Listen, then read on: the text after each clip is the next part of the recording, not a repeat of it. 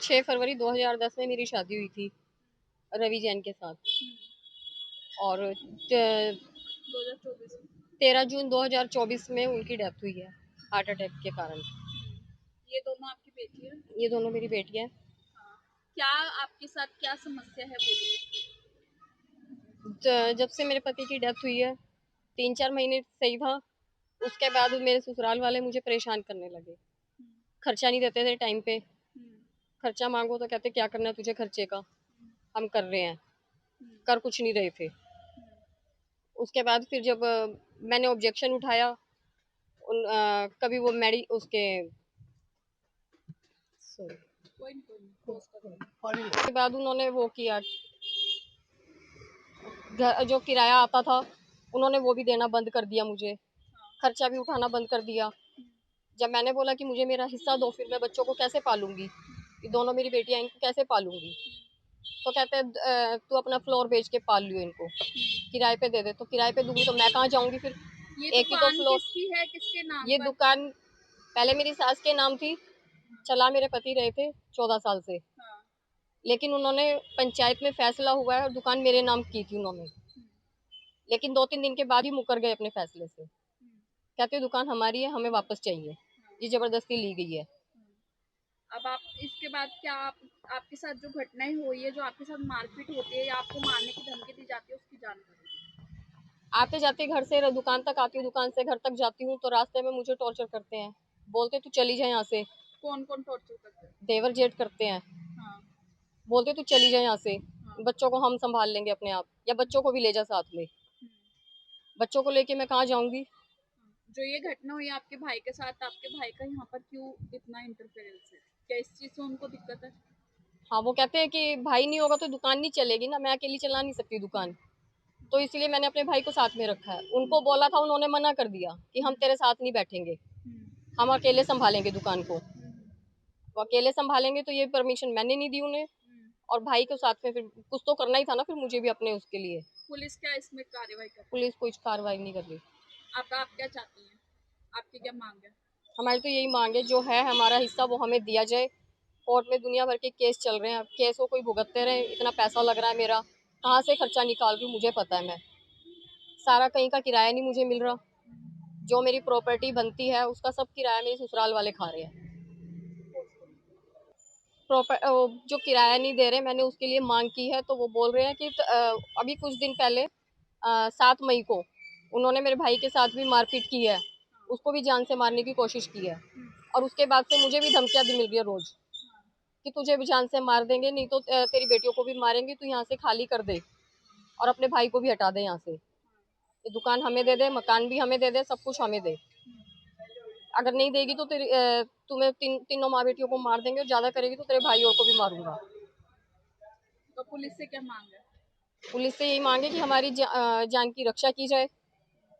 ये सब जो हो रहा है आगे कार्रवाई की जाए इसकी, उसकी कोई कार्रवाई नहीं हुई अभी तक इस केस के बारे में। मामला है? मेरा नाम सतबीर जैन है, मैं मटियाला में रहता हूँ। और मैडम ये 7 तारीख को 7 मई को दुकान पर अकेला था।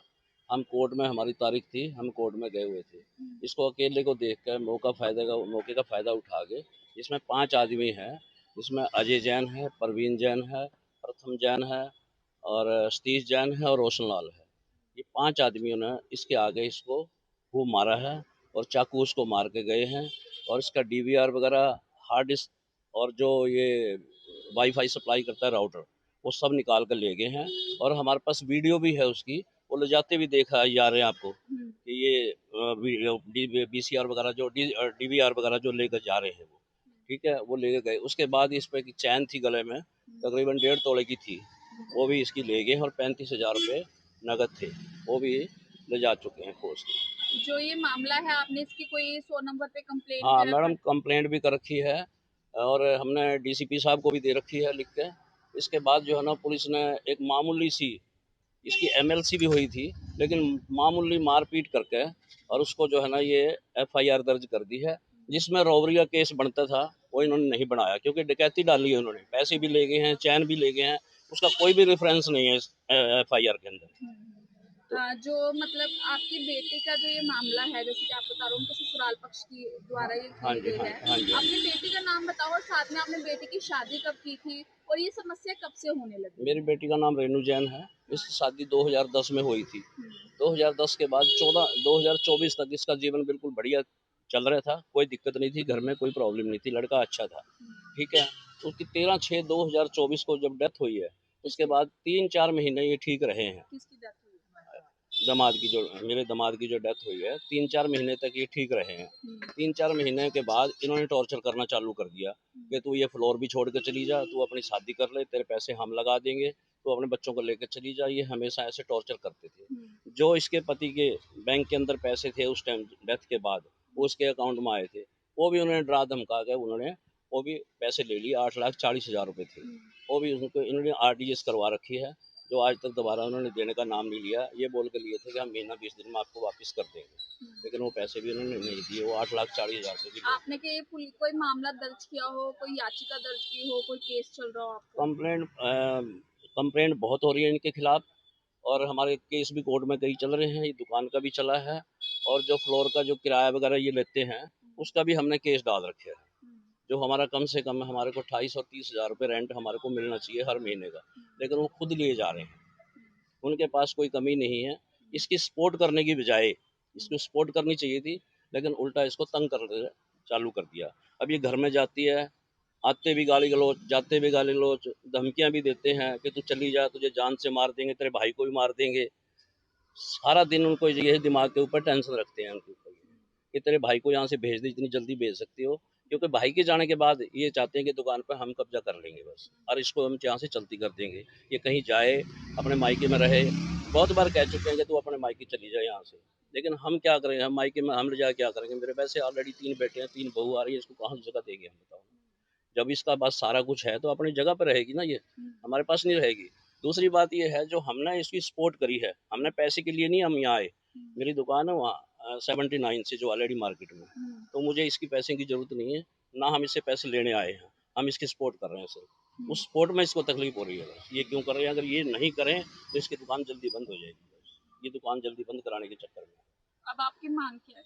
हमारी मांग ये है कि इसको, मैं प्रशासन से ही मांग करता हूँ कि हमने बहुत कंप्लेंट कर चुके हैं, लेकिन इसकी कोई कार्रवाई नहीं होती। हम 100 नंबर पर फ़ोन करते हैं, वो कह देते थाने में आ जाना, थाने में बुला कर चले जाते हैं। ना उनको बुलाते हैं, ना कुछ करते हैं, कोई कार्रवाई नहीं होती। कि हम तो कहते हैं इसको सुखी शांति से इसको जीने दो। जो भगवान ने इसको तकलीफ दी है, उसको सहने का ही उसको वो दे दो।